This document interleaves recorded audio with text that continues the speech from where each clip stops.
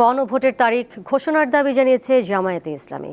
বুধবার জামায়াতের কেন্দ্রীয় কার্যালয়ে দলটির নেতাদের সঙ্গে কমনওয়েলথের প্রতিনিধি দলের বৈঠক শেষে ব্রিফিংয়ে এই দাবি জানিয়েছেন দলের নায়েবে আমির সৈয়দ আবদুল্লাহ মোহাম্মদ তাহের। তিনি বলেন, জাতীয় নির্বাচনের আগে গণভোটই সঠিক সিদ্ধান্ত, কারণ গণভোট হবে সংস্কার প্রক্রিয়ার ওপর আর জাতীয় নির্বাচন হবে রাষ্ট্রীয় ক্ষমতা নির্ধারণের জন্য। দুটোর চরিত্র আলাদা। তিনি বলেন, দুটোকে একসঙ্গে জুড়ে দেওয়া তারা কোনোভাবেই সঠিক মনে করেন না। এটা জুলাই সনদকে অনিশ্চয়তার দিকে নিয়ে যেতে পারে বলেও মনে করেন জামায়াতের নায়েবে আমির।